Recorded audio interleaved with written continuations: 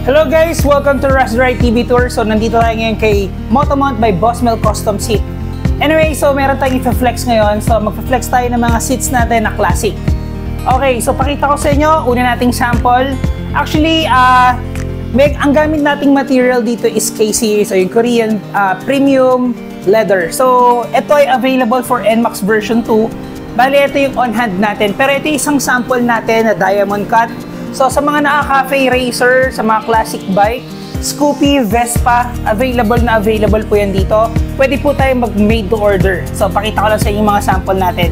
So, ito po, on-hand, NMAX version 2. And for cafe racer design, available po. Ayan, for NMAX version 2 and version 3, available po yan dito. So, yung mga design nito, pwede natin gayahin.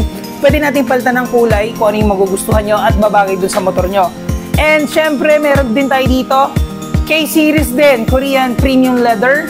So, white and brown naman po. Ito'y available for NMAX version 1. Ayan, so makikita nyo po. Pwede natin itong gawin yung design na to sa motor nyo. Kaya ano pang hinihintay nyo, visit na kayo dito sa shop and gagawin na natin ang classic bike nyo. Ciao!